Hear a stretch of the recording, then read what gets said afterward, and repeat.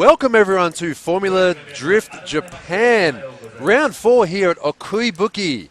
Good morning, my name is Alexi Smith and I'm here with Ryan Sage.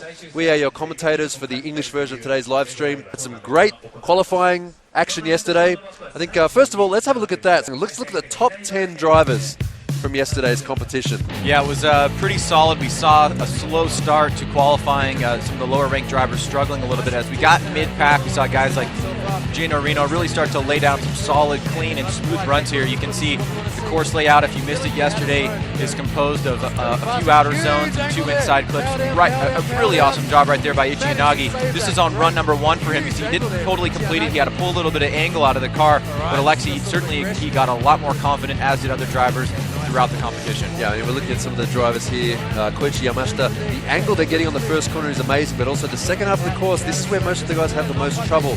They have a lot of outer zones. You can see their outer zone, long outer zone there for Masaki Kasahara, getting a 0 on his first run, but pulling off a great second run, qualifying in 7th place. Yeah, and here we go, moving into our 6th place competitor here, Kenji Yamada. Now, I believe this was his run number 1. One of the few drivers that went out of the gate very, very strong, almost a backwards entry into the first outer zone. You can see the consistency here, very, very solid. And then Hayashi, another driver that was trying to best his buddy, Masashi Yokoi. He ended up going into the wall early on, and he was in the top 3 after run number 1, but Yokoi was just too strong, and we'll see his run here shortly. And so Hayashi crashing on his practice. We got Kazuya Iizuka, not doing very well all season in Formula Drift, finally finding his groove, qualifying in 4th place for yesterday's competition, yesterday's qualifying, doing a really good job here in this big Toyota Chaser. Making a lot of smoke, a lot of angle, just stringing together a very clean run overall. And as we break into our top 3 here, you'll see Taguchi laying down a real solid run. You see this big long run up here. Uphill, drivers really need to get that timing right. You can see that smooth rate to angle there. Not one of the quickest rate to angles. Probably that's one of the reasons why it kept him out of the top 2 spots, but very consistent, great line. You can see smooth moves from the outer zones into this final inside clip, and then a lot of angle down the hill, really maximizing the points on the line, finishing up there. So coming into this competition, ranking points number 1, Andrew Gray, car number 100. Just again, putting down a very good run. Andy, powerful car, also powerful driver, impressing everybody here, impressing everyone all over the country all season with his consistently good, clean runs. As you can see here, this is the sort of run you needed to do to get qualifying in 2nd place in this competition. Well, he was leading the pack after run number 1, but then this happened right here. Masashi Yokoi, a very well-known driver, and right there, that's the big difference. He got the timing right. This is his 2nd run. The first run, he just didn't have it as perfect as he did on the 2nd run here. You can see he's running that wide line all the way out to that outer zone, and then right there keeping a moderate amount of angle in an area where a lot of drivers were almost getting to straight. He's able to hold it off, and he became your number 1 qualifier and continues to impress global drifting fans all across the world. Yeah, that run was absolutely amazing. I think everybody up here in the judging stand and the commentary stand, and all the spectators too, were blown away by that run by Masashi Yokoi. It was the best run we've seen here all weekend so far, but we still do have the top 32 competition to go today, and that means tandem driving, tandem battles on this layout here at OKUIBUKI. Now, if you're wondering what the heck is OKUIBUKI, where is that? Well, let me explain that for you. You can sort of basically see what it looks like here. Now, OKUIBUKI, it's in a little place called Shiga Prefecture in Japan. Shiga, you've probably never heard of it. It sort of sits between Nagoya and Osaka, up in the mountains, and this is actually a ski resort. Known today as OKUIBUKI Motor Park. It's normally OKUIBUKI Ski Resort. And what we've done here is taken a few of the car parks that they have here at the base of the ski resort, literally at the base of the ski resort, and converted it into a drift course, a mountain-style drift course. Now, of course, we do have some comments out there going, well, you have Japan, you have so many courses there, why are you using a car park? Well, as we've seen so far from yesterday's qualifying and practice and all that, this is a fantastic layout. The entry is amazing. It's a steep uphill entry leading into a rock wall. Very street style sort of course, over a bridge which runs over a river and into a what looks simple but caught out a lot of people yesterday, upper section of the course They have long outer zones, 2 wall rides, and the drivers are getting very close to a lot of obstacles, which makes this course very challenging. Yeah, certainly this is not your standard four-cornered car park or parking lot setup. You know, you're basically coming off of a public street over a bridge that has a stream underneath it into a center section here, and then back down that bridge all the way down the hill. So you've got an uphill challenge, a downhill challenge, and then of course you've got all the walls and a very, very tight, I would say rather tight entrance into the car park area that also serves as the exit going down the hill. So this is not a simple course by any means. It seems to be a course that's going to favor tandem competition and keep the cars together quite well, which will be very exciting for us and for the fans. And it can get very, very smoky. So some drivers have really been laying on the throttle, leaving outer zone number 2 and then down the hill, because it basically is pretty much full throttle all the way down. So very exciting runs yesterday in qualifying, and looking forward to today's top 32 competition. Yeah, and by no means a simple course. Even though it does lend itself well to tandem driving, even on the solo runs. We did have a couple of double zeros yesterday for drivers who weren't able to complete the course. So not by any means a simple course to drive, but you can see there the inner clip there leading up to over the bridge. That is actually a bridge there with a small stream below it. It's about a 6-meter drop down into that. So keeping it street here at Formula Drift Japan up at OKUIBUKI. I'd just like to explain what that actually means. The town near here is called Ibuki. That is the name of the town. And Oku means like outer. So we're in the outer reaches of Ibuki town. So outer? Outer, okay. Yes. So like outer something or other. You have names like that. Places like outer whatever.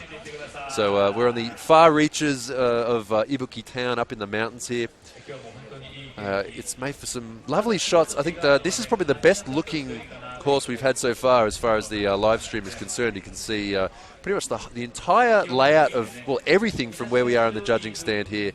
You have the course right in front of us. We can see the start line. We can see the lead up. We can see the whole course. We can also see the entire pits and the entire display area as well from up here. So like it was made for this sort of thing, this particular course. Really enjoying it so far. And also looking forward to the battles which are going to come up very shortly. Okay, so we're just going to go to a short commercial break. Stay with us. We'll be right back very shortly. All right, welcome back to Formula Drift Japan, round 4. Final round here at OKUIBUKI Motor Park. If you're just joining us now, my name is Alexi Smith. I'm here with Ryan Sage. We're your commentators for today's competition. We have a full day of drifting laid out ahead of us. A full top 32 battle tree. It's looking good. If you were just with us before, we could see the level of driving which we saw yesterday in qualifying. We're hoping to see the same sort of thing today, except with 2 cars side by side. So this is the first run of the top 32. It is a bye run for Masashi Yokoi, yesterday's first place qualifier. He's just looks like he's going to take it easy and complete his run. Well, I was hearing over the radio that Yokoi was actually having some vehicle issues. Now, it's really interesting because he does have a bye run here, and Formula Drift rules state that basically you have to show that your car is operational if you're going to make a bye run. And we were hearing that, I mean, you can see that he's got the front bumper off. It would have been very, very unfortunate had he not been able to make it to the line. So hopefully now he'll have quite a bit of time between top 32 and the top 16 to get his car in order, in hopes that he can continue his great run here this weekend. Well, it's good to see he was able to complete that run. Yokoi has had quite a few troubles this year so far. I believe broken drive shaft at one round, also a clutch issue in the finals as well in another round. So here comes our first battle of today's competition. Masuda versus Taniguchi. Of course, we have a lot of fans of Masuda out there. The Shark JZX90 versus Taniguchi in the Zombie JZX100. 2 big crashes this season. He's decided to keep the car going. He's repaired it as best he can, and now he's bringing it out in today's competition. Okay, here we go. First battle of the top 32 from the Drift Japan. Oh, hang on. We have a Restart. We have the flag out there as well. Now, of course, today we're going to do our best to explain everything. The red flag, there's a few reasons why that can be waved. from start line issues, Ryan? Yeah, it can be the lead car jumping the start line. It can be the lead car hitting a chicane cone. Those are usually the two most common.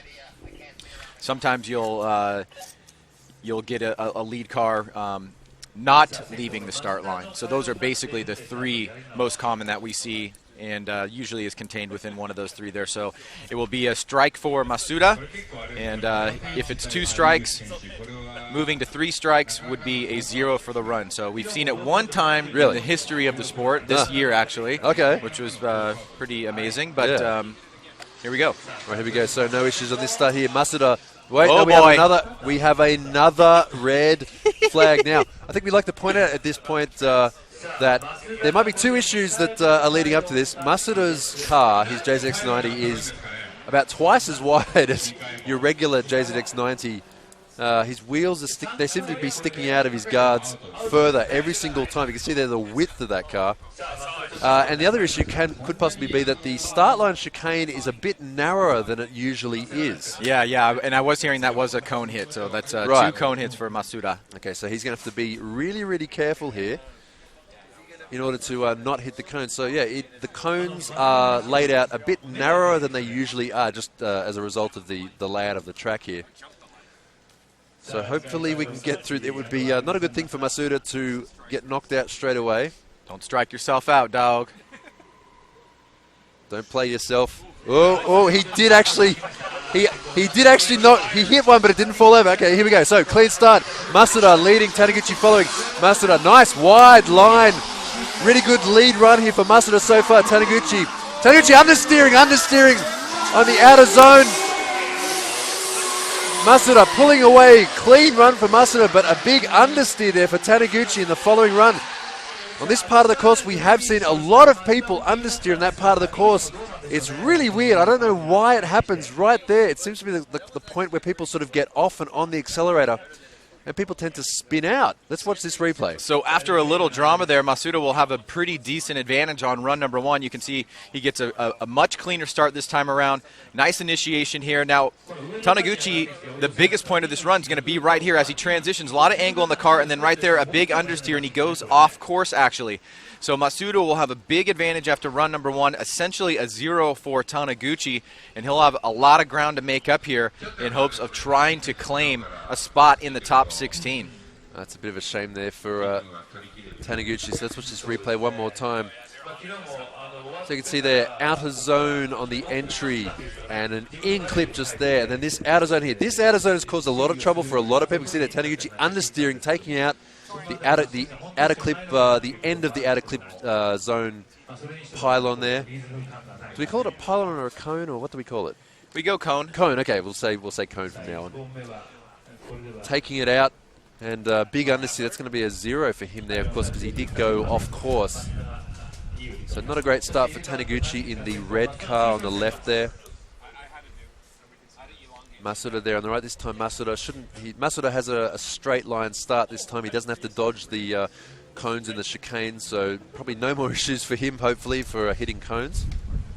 Okay, here we go with the start. This time Taniguchi, the red chaser, leading Masuda, the grey Shark JZX90 following. Okay, good entry from both these guys so far. Masuda nice and wide though, but keeping up with Taniguchi. Taniguchi, okay, very slightly timid run lead here from Taniguchi. Masuda getting up right behind him, losing a bit of angle there, Masuda, but still keeping up with Taniguchi. Masuda falling behind slightly there too. Not a very consistent run there for Masuda. The lead run there from Taniguchi was quite consistent, but maybe not as aggressive as we'd like to see. But Masuda keeping up with him the entire way around. Well, if you're scoring at home, you obviously know that we would be looking for Masuda to make a very, very big mistake equal to the one that Taniguchi did. We don't really see that here, even though he had a very, very late initiation. Kind of gave a little bit of ground to Taniguchi through this center section here. Taniguchi not hitting that inside clip, but again, we're really looking for Masuda to make a big mistake here, enough to force it one more time, and I don't think that that's going to happen. He did enough here to get the job done, and he should be moving on into the top 16. I'd say so too. It wasn't a super duper clean run for the Shark You can see they're hitting the, tapping the wall slightly, which is all it takes really to knock the bodywork off this car. Keeping up with Tanichi, so we have 1 judge for Masuda, 2nd for Masuda, and 3 for Masuda. So Toshimitsu Masuda in the Shark JZX90 will be moving on to the top 16. So that was our first battle of the weekend. Okay, so we're moving on to our 3rd battle, or our third run in the bracket. Of course, Yokoi by run, and the run we just saw there, Taniguchi. We have Yamashita versus Takano. Now, Yamashita, extremely experienced driver, been around in drifting since day one. He's one of the OGs, probably the most OG driver we have out here. Known for back in the day for driving A86s.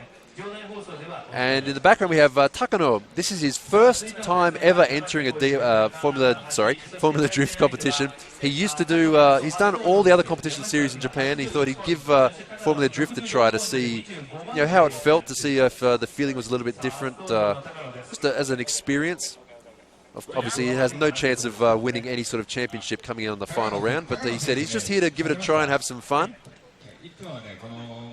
So here we go. Koichi Yamashita versus Takano. This time Yamashita leading in the Work Weld sponsored JZX100. So good lead run from there. Slightly shallow in the following run from Takano. This is a good lead run here so far from Yamashita. Takano just needs to keep his drift going. Tuck it up a bit closer. Sort of lacking in angle there, Takano. Good lead run there from Yamashita. Very smoky, very aggressive looking run. That was a good lead run there for Yamashita. Of course, the lead drivers have been told you want to do like a 100-point lead run when you're leading in your competition. So a good start here for Yamashita. As we take a look at the replay here, you can see he gets a little bit of a gap, great angle, and he goes very deep into that zone. And then right here, you can see Takano a little bit shallow on the inside. Yamashita's going to transition to this second outer zone. He's going to get hung up just a little bit right there, but get back on it, try to push to this outer zone. Takano adjusts. But it's a good start right here for Yamashita as he pulls a little bit of gap down the hill, and you can see Takano needing to take that tighter line in order to gain back some of the room lost there. So Yamashita will now go to the chase position, Takano to the lead, and we'll have another battle underway. Just noticed after that run, that very smoky run, there's some fragments of tyre rubber that flew all the way up here onto our table after that run from Yamashita. So yeah, lots of smoky action from him. Okay, here we go. Second run there. This time Takano leading, Yamashita following. Of course, Takano, good entry there from him. Takano himself also a very experienced drifter, been drifting for a very long time. Looking really good so far from both these guys. Takano, great lead run here from Takano. Yamashita sort of hesitating, saying, oh, big understeer there. Understeer from Takano, unfortunately. That's, again, another part of the course we keep seeing people having trouble with as they head back down the hill over the bridge.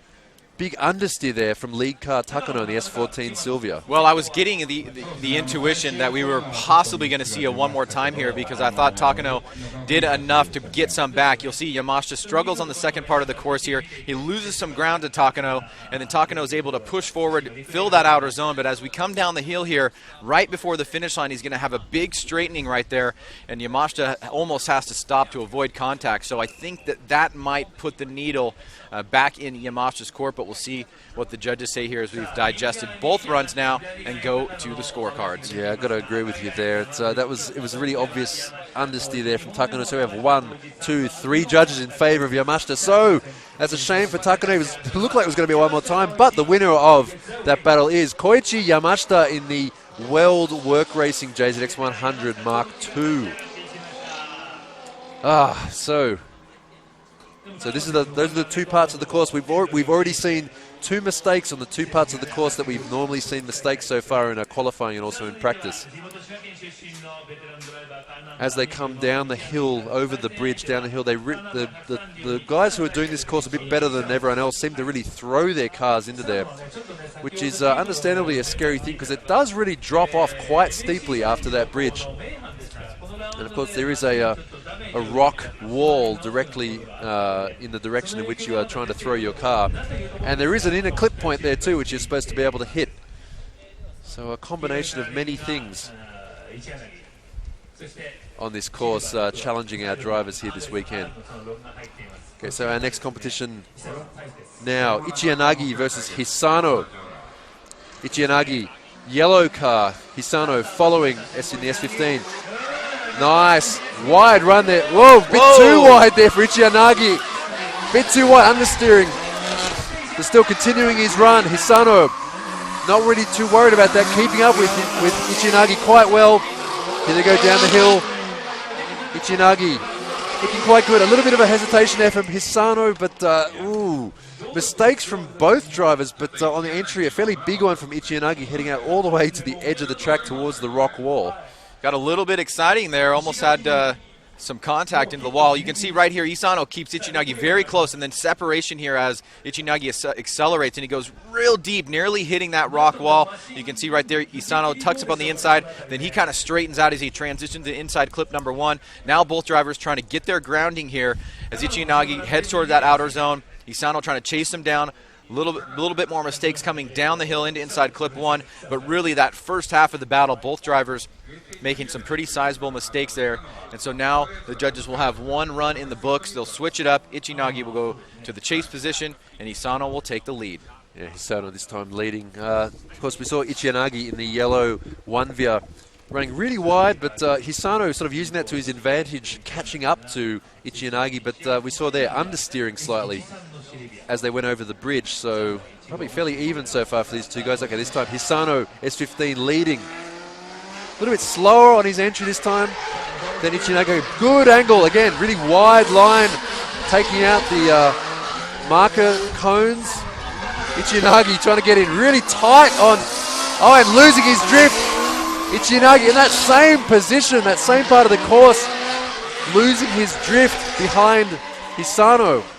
Now Hisano, the lead car, he did get quite slow, but not unusually so compared to some of the other ones we've seen here so far. Let's look at this replay again and try and see what happened. So Hisano in the lead position here, Ichiyanagi in the chase. You can see right there, a little bit of an unorthodox initiation. Driver in the lead has the right of way. You can see Ichiyanagi tucks up on the inside right here. Hisano, little tap of that inside clip, and then right here on the inside, Ichiyanagi gets a little bit out of whack.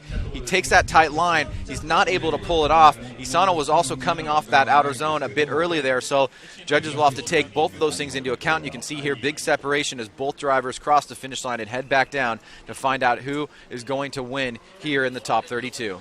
Yeah, we could see that just here, you can see, watch the following car. In the same position that Hisano made a mistake and understeered right there, Ichiyanagi did not do that. But just here we can see he, right there, loses the drift, maybe missing his shift down to try and get the power down. So a fairly big mistake from both of these guys. But that big understeer there by Ichiyanagi, I mean, it was almost, he almost stopped drifting. I mean, Hisano did understeer, but it wasn't quite as big. Yeah, I sort of thought this might happen one more time.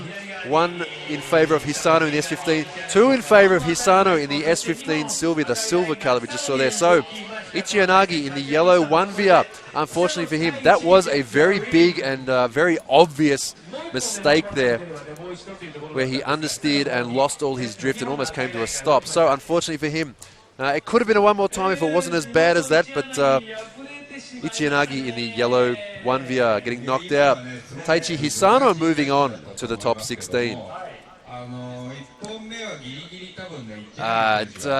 If his understeer wasn't quite as big, it could have gone to a one more time, I think, but it was just a bit too obvious and a bit too of a, dare I say, embarrassing a mistake. But it wasn't a position on the course where we have seen a lot of mistakes. That outer zone there, the end of the outer zone where people sort of have to fiddle around with transitioning from power to on power to off power. Okay, so we have our next run here. Kazuya Iizuka. This is a bye run for him. All he has to do is complete this run, which he looks like he's going to do with ease. Filling that outer zone. Actually, if this was a qualifying run, it wouldn't be too bad so far. So Iizuka sort of keeping it 3/4 throttle, completing his run, looking very comfortable in this car and with this layout as well. So that's his run. Obviously, Iizuka will move on to the top 16. I believe he's been in the top 16 before, but he's looking really good this weekend. I've got the feeling that he might get fairly far. It seems that this course suits him and his driving style quite well. Okay, we're about to move on to our next battle now. Kei Takanohashi. Takanohashi in the S15 Sylvie, we see it there on the left. Followed by Yoshinori Shinozaki. Actually, Shinozaki was in Australia last weekend for a drift competition held on a sort of very similar layout to this. It was a sort of a street, a requisition street course. So the sort of guy who likes this sort of course. Here we go, lead run. Takanohashi versus Shinozaki. Okay, good entry from both these guys. Good angle from lead car, Takanohashi. Okay, this is looking good so far. Shinozaki tucking in. Okay, can he keep the drift going? Yes, no problem so far. He's right up against. Oh boy. Whoa, and whoa, right up against his door. And spinning out there from Shinozaki. Oh wow, he was doing so well up until that point. Keeping right up against Takanohashi's door. Showing that he had the speed to keep up, showing the skill that he had. He was able to tandem even at that kind of speed. But yeah, that exact spot where it kind of drops down a little bit, spinning out. Well, a moderate replay here, or initiation into this first outer zone for Takanohashi. Shinozaki on the inside here. Now he's going to get aggressive as we leave the second outer zone, or begin the second outer zone rather. Up on the inside here, you can see a wide line from Takanohashi. Shinozaki actually gets in front of the front two wheels of Takanohashi, and then right there, because of the aggressiveness, is not able to make that turn too tight for him, spins out, and it looks like that will be at a disadvantage for him going into run number 2. That's a shame. That would have been the most dominant tandem run we would have seen so far if he was able to pull that off. Shinozaki going into this run with a big disadvantage. It wasn't quite, well, it was a spin, really, wasn't it? It's a shame for him. But taking nothing away from Takanohashi, doing well all weekend. Maybe a little bit slower than some of the other drivers, but so let's watch this next battle this time. Shinozaki leading. Nothing to lose, everything to gain here for lead car Shinozaki. He has to put down the best lead run he possibly can. But Takanohashi doing a great job of following Shinozaki here. Tucking in on the top half of the course again. Tucking in on the bottom half of the course. I mean, that wasn't even a conservative run there for Takanohashi. That was a full noise run behind Shinozaki there. Yeah, great job by Takanohashi. You can see he does give him a little bit of space on initiation here, but then as soon as they get into this first outer zone, he starts closing the door right away. He's not playing with any chances here, or taking any chances, rather. He stays up on the inside, very, very tight here. Good proximity, now moving down the hill, still keeping the pressure on. Takanohashi seemingly at an advantage after that spin on run number 1 from Shinozaki. And it should be a berth into the top 16 for Takanohashi. Yeah, I'd say so. It's a bit of a shame there for Shinozaki. He's been doing really well all weekend so far, but let's see. So here we go. Kei Takanohashi in the white S15 Sylvia. 1, 2, 3 judges in favor of him. So Kei Takanohashi moving on to the top 16. I'll just write his name here in our little bracket. So our next driver now, Hayashi. Now Hayashi, one of 2 guys yesterday to put his car into that rock wall. I believe he did it on it was the second practice run of the day yesterday, literally the second run. Not his second run, it was the second run of the morning. Oversteered into the wall, left a big mark there on the rock wall. It's literally a rock wall covered in bushes. So very street style here, but Hayashi looking to beat Yokoi this weekend is his main aim, but we'll talk about that a little bit later. So this is his bye run. Hayashi, nice early run there, big angle, nice angle from him there, keeping his speed up, clip. So outer zone, nicely done on that outer zone there. Gets the outer clip there, watch him, big angle here, Now see, that seems to be the trick there for these drivers. They have to throw their car in with big angle over the bridge to keep the momentum going as they go down the hill. We've seen other guys so far this morning understeer. Their car is like right on the balance of drifting, and then going over that bridge just seems to upset it, and they understeer. Whereas guys like this, like Hayashi, seem to understand the fact they have to throw their car in there really hard and use the momentum to throw them down the hill and keep their speed up and keep them drifting as well. It also makes them some very exciting looking runs. Speaking of exciting looking, the spectators here today have a really great view. Pretty much everybody here, just having a bit of a look around, the majority of the spectators are no more than about 7 or 8 meters away from the action, wherever they are on the track. So a great venue for spectators as well here. And that's nothing to say of the lovely mountains that we have surrounding this venue. Of course, it is a ski resort, so nice big steep mountains covered in lovely trees. Of course, this time of the year, it's not hay fever season, which I'm very thankful for. Otherwise, I'd probably be sounding even more nasal than usual. So lovely weather here today. Just slightly cool. Wish you were here with us, wherever you're watching us from all around the world here on the live stream. Okay, next battle now, Mekawa Nakamura. This time Mekawa, S15, yellow car, followed by Nakamura, blue car. Right out to the edge of the wall, Mekawa kissing the wall, putting his car all the way to the edge of the outer zone. Now watch them as they come down the hill. Whoa! Nakamura, whoa, Nakamura. Following car there, Nakamura getting a little bit sketchy. Let's watch this replay. Well, a really good run for both drivers, really, starting off in run number 1. Mekawa in the lead. Nice aggressive flick there. Nakamura immediately following and chasing it down, staying on his line. Trying to close the door here. Great job by Mekawa scraping his rear bumper. Nakamura on the inside. Now Nakamura, as we leave outer zone 3, is going to really push hard right here on the inside, nearly making contact. So good job by both drivers. Some high points and definitely impressive car control here. Now they'll switch it back up. Mekawa will go to the chase. Nakamura to the lead position, and we'll see if we can get a winner out of here out of 2 runs. Yeah. You can see that's the start line area.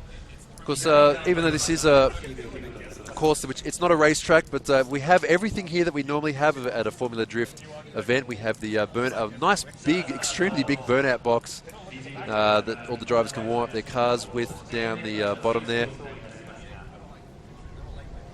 Okay, here we go, second battle between Nakamura and Mekawa this time. Whoa. Mekawa following Nakamura, leading Nakamura, the more aggressive of the two so far. Let's see how he drives this top half of the course. Okay, slightly off course there. But still, again, fairly similar to the first run. Mekawa maybe not quite as close as Nakamura was on his run. However, we did see a bit of wheels being dropped off the edge of the course there. Let's watch this replay. Well, we are looking at comparing both leads and both chases. So if you're at home, who had the better lead run between the two, who had the better chase run? Can you find a winner here? Nakamura will take the lead here against Mekawa. A little bit of a mid-line here. Mekawa adjusts, stays with him on that line. You can see off the wall is Nakamura there. And Mekawa trying to close the door here. A little bit of straightening by Nakamura coming down the hill. Now Nakamura does have a little bit of distance here. You remember that Mekawa, or rather Nakamura, did close the door there towards the end. So good back and forth battle here. Will we have a winner in our second to last battle? Here we go. Looks like we do. So 1 Mekawa, 2 Mekawa, 3 in favor of Kojiro Mekawa. We're moving on to the top 16. So good battle there. Nice, good even battle between these two guys, but obviously we did have a winner out of those two. All right, we are now halfway through the top 32. Some good runs so far. A fairly wide range of runs. We've seen some extremely close runs, some big mistakes. Nothing too major so far. I think most of these guys have gotten the hang of the course. Of course, this is the first time for the majority of these guys driving this particular layout. It's not the first time it's been used for drifting, however. There have been some drift events held at this layout before, but obviously not with all the safety equipment that we have set up here, all the barriers and so forth. So these guys can go drive a little bit harder than they usually do if they've driven here before. But it is the first time we've had a competition of this size here at this particular venue. So if you do look up this venue on a map, it does say OKUIBUKI Motor Park as well as OKUIBUKI Ski Resort. These sorts of layouts have been used in motorsports in Japan for a long time for Gymkhana events and things like that. Okay, next run. By run, Andrew Gray with a new livery design for this weekend. Of course, Andy, #1 in the points for this season. Car number 100 in the JZX 100 Chaser. Now, Andy, for anyone out there who was looking forward to seeing Andy drive in the Irwindale round, you might have noticed he wasn't there. Well, the reason for that, he said, was because he was looking to concentrate on this weekend, on this weekend's competition, because he obviously in the chance to take out the championship. So deciding to give Irwindale a miss, which I've been told is probably the worst thing, because everybody says that Irwindale is their favourite event to drive in. So Andy not being there, he'll probably be there next season, I'm pretty sure of that. So now, next battle we have Ikuo Saito versus Fukada. Now, Fukada, bit of an interesting thing yesterday with him. He missed his first qualifying run because of a twisted propeller shaft. I went and saw it. It was twisted up like a Twizzler. It was like almost perfectly twisted into a nice little helix. Ooh. And what he had to do was actually, he didn't have a spare, so he found an S14. He found an S14 Sylvia propeller shaft, cut the center section out, borrowed a welder, and welded it back together, and managed to make it out for his second qualifying run. Masuda here with all his if you've seen the car, you can probably tell it needs a lot of this shark. It needs a lot of repairing, all the time. Yeah, there's so much that goes on behind the scenes here that a lot of people don't necessarily get to see or get to hear just watching on the live stream. But there is a plethora of issues and problems that these drivers deal with, and having to get their cars back and functional. And a lot of times some of it manifests itself in situations like this, where they may have been working on the car, may have not had the best opportunity to shake it down in practice, and then the gremlins pop their heads up. But these cars definitely take a beating, and we certainly have seen that in the U.S. Series, where towards the latter end of the year, and especially at Irwindale, cars were just blowing up left and right. And you have to wonder about the longevity of these car builds and having to take those things into consideration, adding an extra round this year, how much beatings are taken on these vehicles. And the same can be said for, the FD Japan Series. And these guys are trying to put together the most reliable cars that they can, but you never know who's going to hit you or what you're going to hit and what you're going to have to deal with. And that is part of the story that gets told from after practice and qualifying ends and into the wee hours of the morning at almost every single event. That's right. Well, I mean, if you compare the Japanese series to the American series, obviously a lot of these guys are fairly low budget, especially guys like Fukada. He's a privateer. He works on, has a very small crew, works on his car by himself most of the time. But lucky for him, still managing to make it out this weekend. Okay, so here we go. Ikuo Saito leading, Fukada following. Both cars, X100 chassis. Bit of a wobble there on the entry there for Saito, a bit of a hesitation. It's allowed Fukada to get right up against his door. Fukada, great following run here from Fukada, getting hard on the power, maintaining his proximity to Saito. Well, a little bit of an understeer there from Fukada, but Very consistent proximity there for Fukada. Great following run, I'd say. A slight mistake at the end there, but overall, great run from the blue car there. Fukada, let's have a look at the replay. Let's take a look at this run one more time here. As you can see, Saito comes into initiation here. He's going to have a little bit of trouble coming out of the turn. You can see right there, just almost an understeer, but he almost straightens out a little bit. Gets back on it here, now shooting out towards this second outer zone. And right there, Fukada on the inside, trying to close the door, take away some of that proximity. He's going to push hard down here on the inside. He's going to come up on a tight line, nearly take out that inside clip, but was able to avoid it there. So good back and forth battle here. Both drivers making a couple of minor mistakes, and now we'll see it one more time as they change positions. Fukada will now lead, and Saito will now chase. And that could have been a fairly nasty understeer there for Fukada. We see the guys who do take that line. Of course, we are asking them to take a narrow line there. There is an inner clip. They're managing to pull it off. Okay, this time Fukada, the blue and silver car leading. Saito, red car following. Okay, good entry from both these guys so far. Fukada, a little bit shallow there, but not a big mistake so far. Okay, this is tandem. This is a tandem battle we have here. Fukada pulling away slightly from Saito. So a decent run from both these guys, but Saito just sort of not keeping the kind of proximity that Fukada had on him. Yeah, Fukada able to get away a little bit without running a tight line. You can see here he initiates, he stays pretty decent into that first outer zone, not all the way in there. Saito stays with him at the beginning here. Fukada again a little bit off the entry of that outer zone, but able to make it up here as he shoots to that final outer zone. Now down the hill here, and you can see that separation kind of happening as Saito is trying to close the door, but not able to get very close in proximity. Yeah, it seemed that Fukada was able to sort of adjust his following run. He was able to adjust his speed to be able to catch up to Saito, but Saito sort of falls off about here and just sort of isn't able to catch back up again to the lead car Fukada for the rest of the course. Of course, Fukada did make a mistake on his following run just about there, which Saito did not. But just we're looking at the run overall and we're comparing all the runs. So we have a one more time from one of the judges. Two one more times. Let's see if we get one more. So yes, three. One more time from all three judges. Fukada versus Saito. So obviously Saito, his following run, nothing too flashy about it, but just fairly consistent. Fukada's following run, very aggressive and cool looking, but he did make a couple of mistakes, a few wobbles here and there. It wasn't the cleanest looking of runs. So obviously the judges are balancing that all out and giving them a one more time. So we have our first one more time between Saito and Fukada. But before we get to that, we're going to move on to our next battle now.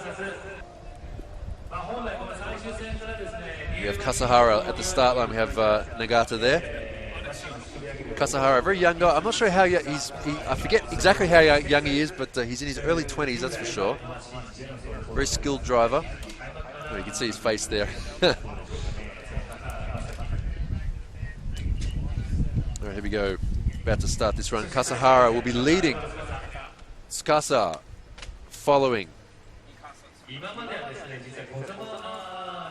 For people who always wonder how to pronounce that in Japanese, like where scuba circuit is pronounced like that, just say like su, or like sku, like as in scuba diving, like like Tsukasa. It's kind of difficult, but yeah. Tsunami. Tsunami. Ah, there you go. Tsunami. I overlooked the dead obvious example there. It's not like tutsu. It's just hey, Tusu Kasa. I can't even say it the wrong way.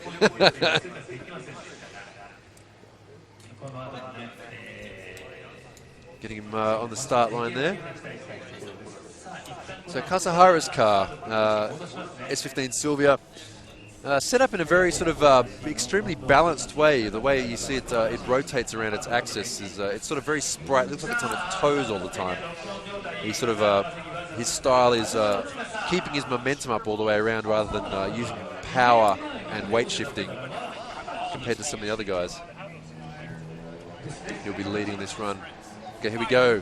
Kasahara versus Tsukasa. Kasahara, the red S14 leading. Nice angle at his entry there. Not quite as much angle from Tsukasa. Let's see if Tsukasa can manage to catch up with him. Okay, great lead run here so far from Kasahara.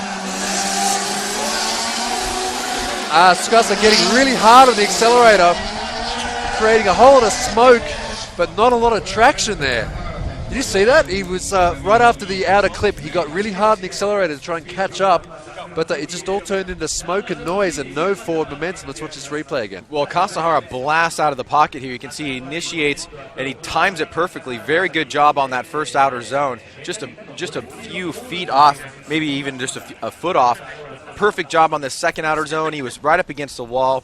And then right here, he's going to lose Tsukasa down the hill and really give himself, in my mind, a pretty solid advantage going into run number 2. That was a really good lead run there from Kasahara. Of course, the lead run, the briefing for the lead run is just do your best qualifying run that you possibly can.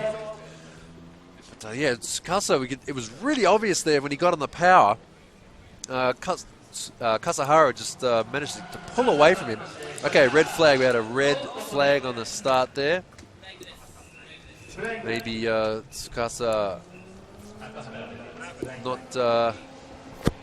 not in the best of moods right now. See the arrow flag marshals. Tsukasa returning to the start line. And okay, here we go. Start again. Tsukasa going into this run with a disadvantage. Kasahara falling back slightly, giving him a bit of distance. Maybe relying on the fact that he's able to catch up, which he has already done. Okay, Kasahara right up against the door of Tsukasa. Tsukasa again. Really hard on the power, but not moving forward very fast. So another really good, another good run there for Kasahara. So the battle is in the books here. Let's take a look at this one more time. Now remember, Kasahara had a very, very impressive lead run, so we'd want Tsukasa to have something similar there. You can see both drivers coming up the hill.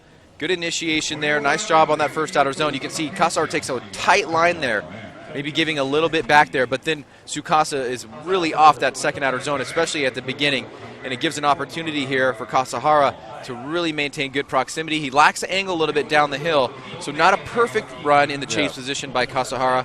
Tsukasa some mistakes of his own, so now the judges will take a look at both runs together. Who had the better of the two leads? Who had the better of the two chases? Let's find out. So we have the results coming in right now. Kasahara 1, 2, 3 in favor of Kasahara in the red Sylvia. So yeah, not a perfect following run. There were a couple of mistakes, but overall very good, showing a lot of foresight and control, driving not in a reactive way, but in a proactive way. He seemed to know what the lead car was going to do, managing to drive very intelligently and getting the win there against Nagata. So Nagata knocked out in the top 32. Kasahara moving on to the top 16. Okay, next battle we have now, Jin Harino in the 380SX GTR VR38 powered 180SX versus Sheng Nian from Singapore. One of the other two drivers with a big heavy crash yesterday in practice, but whoa, big entry there from Sheng Nian. He almost pulled that off. He almost pulled that off. If he'd have pulled that off, that would have been the best run of the entire weekend. Unfortunately for him, just tagging the rear of Harino's car, knocking him right at the most vulnerable point, right at the end of the entry. And that is definitely forced spin there for Harino. He did knock him a bit hard. Let's watch this replay. Yeah, certainly applaud the aggressiveness here. You can see that he's trying to get the timing just right, and he miscalculated just a little bit, but it was one of those kind of things where if he was able to pull that off, it would have been a tremendous thing to see. He just maybe pushed a little bit too hard, timing just a half beat off, but you got to congratulate Nian for pushing hard like that, and he'll have one more shot here, as now it'll be his opportunity to lead against Harino. I mean, sorry. Jin Harino, yeah, Harino. Right. That could have been great if he'd have rotated that. If he'd have got his rotation on a bit earlier, the car might have slowed down fast enough for him to avoid contact there with Jin Harino. But that was that was great. That was great. If everybody could just do like that and pull that off, please, that would make for some great competition this weekend. And Harino's there just, and thinking about it from Harino's point of view there, he's right at the end of the entry. He's right close up against the wall, against the cone, and he just gets donked from behind and spun around. So it would have been a bit of a surprise for him as well. Okay, here we go. This time, Shenyang leading in the grey JZX 100. A little bit more conservative this time for him, but still a great entry. As far as entries go, Jin Harino slowly, oh, and a spin there, and again, that same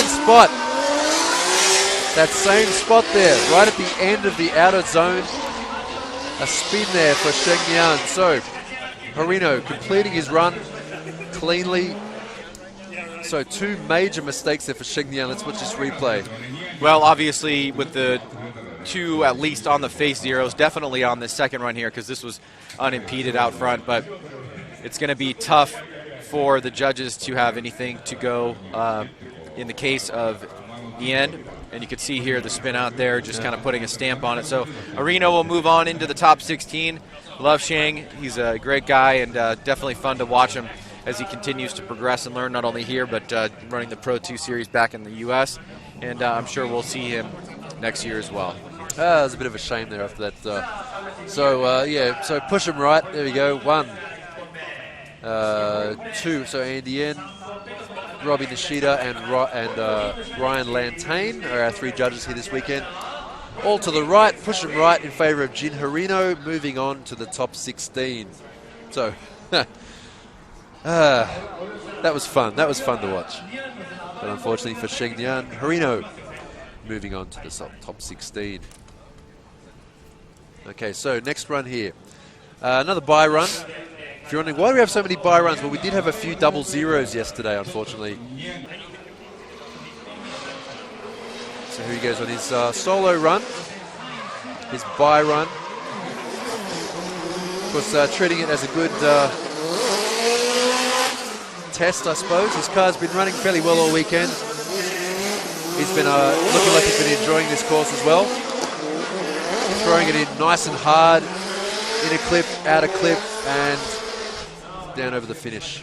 Yeah, one thing I recognize about Taguchi, he certainly has that downhill portion just nailed. Always carrying a lot of angle there. He seems to be taking a wide line, but then he angles the car up, and he's able to reach and touch that inside clip. So he'll have a berth into the top 16, and he will face the winner of the next battle, which is going to be Kenji Yamanaka and Iha. No, actually, next battle is going to be Hiroshima and Matsukawa. Matsukawa, yeah. So these guys are just heading back to the pits. We see there, this is going to be our one more time between Iko Saito and Fukada. That's Fukada there warming up his tires. He was the one we were talking about just before with the stop-gap welded propeller shaft cut and shut job. I saw the welds on it were they definitely weren't done for beauty. They were done for strength, that's for sure. Don't know if the balance of the drive of the propeller shaft is all that good anymore, but it only has to survive today. So this is going to be our one more time of this battle between Saito and Fukada. We see there Saito, the red JZX 100, Fukada following blue and silver JZX 100. Here we go, nice entry from both these guys. Good angle there from Saito. Lucky bit of angle there following car Fukada. Saito flicking the car back out against the wall, out of zone. Fukada. Oh, big understeer there from Fukada. Again, that same spot. We just saw the spin there. Keeping it as close as he can to Saito. Quite a few mistakes there for Fukada on that following run. Again, that same spot on the course, that mistake.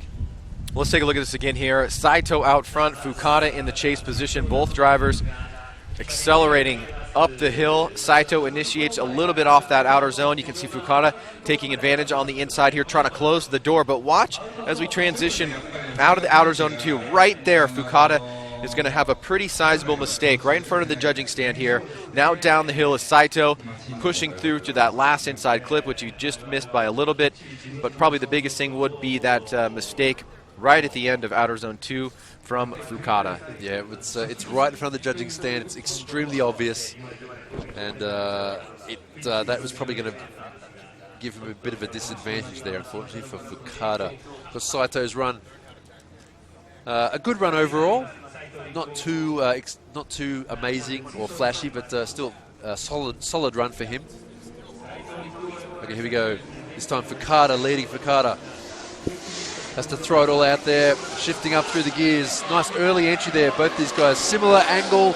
Both the cars so far. Looks fairly even this run so far. Fukada flicks it back. Okay, looking much better this time. Oh, and again, another mistake. A mistake there from the following car. Fukada keeping it clean, but Saito, again, a bit of a wobble and understeer there. A very similar run for both these guys. Similar mistake in a similar spot. Well, the question will be for the judges is, was that mistake by Saito bigger than the one that Fukada made, and were the rest of the runs comparatively similar? If that's the case, then you could see Fukada getting the win here. Could also potentially be, one more time. But let's take a look at this here with Saito in the chase position. The mistake is going to happen right here. He's going to put a lot of angle into the car, then he's going to have to pull some out, and he nearly straightens up. You can see he gets on the throttle to keep the car in drift, but nonetheless, it was a pretty sizable mistake. So both drivers making mistakes there. Now we have to weigh the rest of the runs outside of those mistakes to see if we can find ourselves a winner. Yeah, of course, the judges seen more than enough drifting to see that when a mistake is being covered up by power. Of course, you can see here. So watch this. Watch the following car. Watch Iko on the red car. Kind of understeers there. Gets on the power. Wah, gets on the save me right foot, and completes the rest of the run very well. But that was a mistake there. He did not understeer. Like, he didn't lose his drift. But if it wasn't for the horsepower of that engine, he would have definitely lost his drift. So we're just waiting for a result for this battle. We can see here. So this is basically the view from the judging stand, what we can see. So 1 for Fukada, 2 for Fukada, and a 1 more time. So just barely making it through.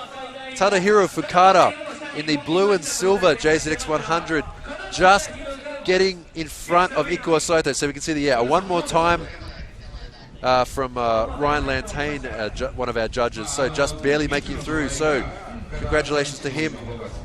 A 1 more time battle. So very evenly matched battle between these two. Fukada taking out the win. Okay, so we're about to start our next battle now. Hiroshima versus Matsukawa. Hiroshima, leading the car on the left. I think it's orange, sort of a blood orange color. S15 Sylvia with black doors. And on the right we have Matsukawa in the Toyota 86.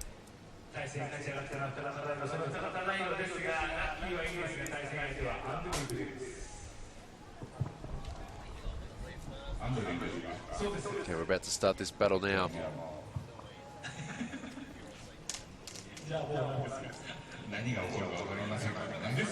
Okay, here we go, this battle. Hiroshima versus Matsukawa. This time Hiroshima leading.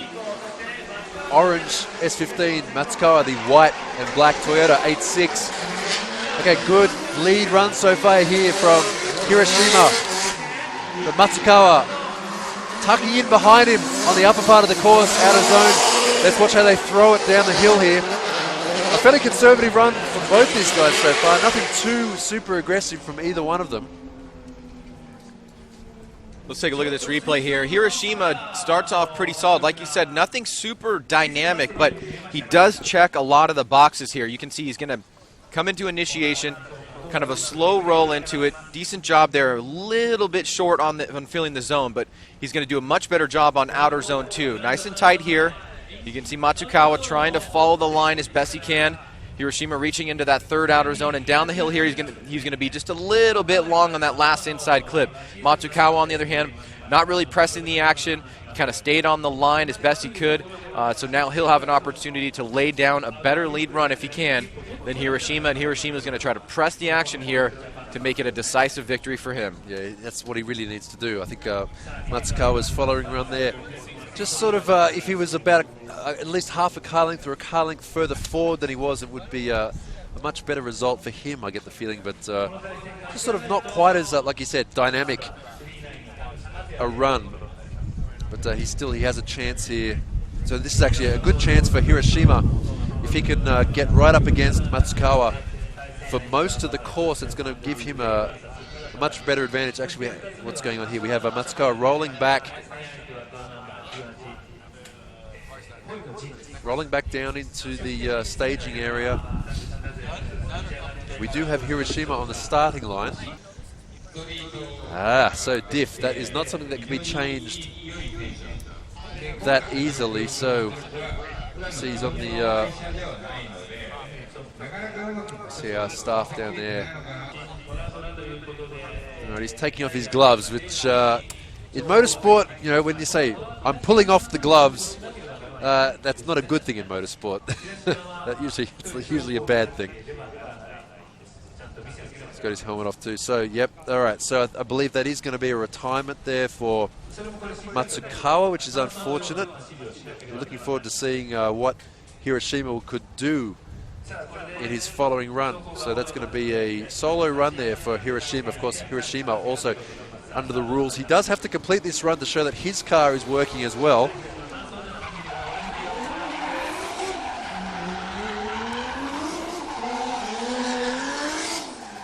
So keeping just a little conservative run. Yep, my car's working, no problem.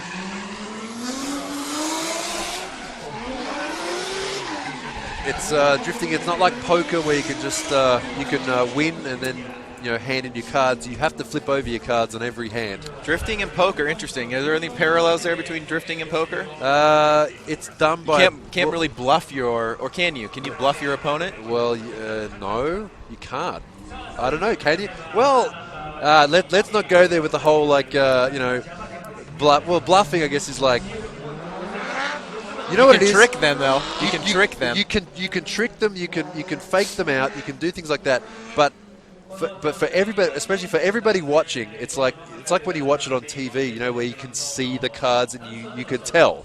Like you can see, he's faking him out. He's doing. So that's sort of what it is. Or you can maybe there's some shenanigans on the hot grid where the team is saying, the car's down on power, that kind of thing. But the car's really perfect. You know what? I would like to see more of that. I don't know. People get really upset when. I don't know what it is about drifting. Everyone has a really. They get upset very easily about the. I would love to see more sort of. I mean, I know it's sort of a cliche thing, like sort of Conor McGregor. Banter, you know what I mean? Like I saw on Instagram a little while ago, Vaughn Gittin Jr. put up some sort of, thing about Osbo. That. More of that. I want to see more of that. We have a show that we produce on CBS back home. It's Formula Drift Insider. Insider, yes. And this year we made a little bit of extra effort to kind of show some of the more behind the scenes stuff. Right. And for years, drivers had been a lot more reserved about the things that they maybe actually really felt about actions that happened on course. But this year I felt like we saw a lot more people let loose. Maybe because it's more important to them in terms of winning. There's a lot more as we take a look at Kenji Yamada here in his bye run. But I have a few clips that I could show you that you would just love. Right. Because they're in that Conor McGregor vein. I would love it. I think it's great.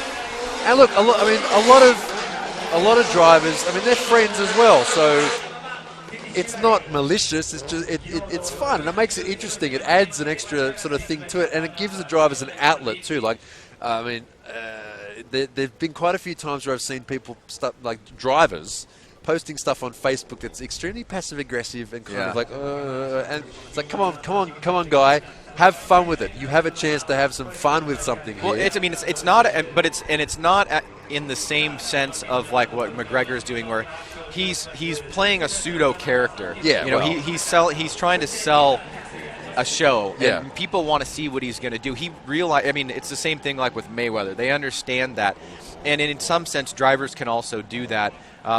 But because everybody knows that people are trying to sell a fight, there's kind of like a psychological distinction that people understand. Right. I think in drifting, if you come off as an a-hole type thing to try to promote yourself, people more attach themselves to you, that label to you. You know, so maybe that's why they're being a little bit more careful. But I do love, though, when people express their raw emotion about something in real time, and that's some of the stuff that we saw in Insider this year, where it was just like, I see. I thought you drove poorly, you know, you were left foot braking, you know, you're not supposed to slow down right there, and then the other guy retorts and has his comeback, so I think it's really cool. Well, I'd love to see more of that sort of thing. Okay, speaking of more of this sort of thing, let's watch more of this sort of thing. Drifting. Kenji Yamanaka versus Iha. Some Yamanaka lead car, Tomei, JZ100. Great entry there from him. Iha in the Aristo. Two big cars throwing it around on this tight course here at OKUIBUKI. Great proximity there from Iha, tucking up against Yamanaka. Yamanaka, whoa, big 3.6 litre 2JZ Tomei engine, laying the smoke down.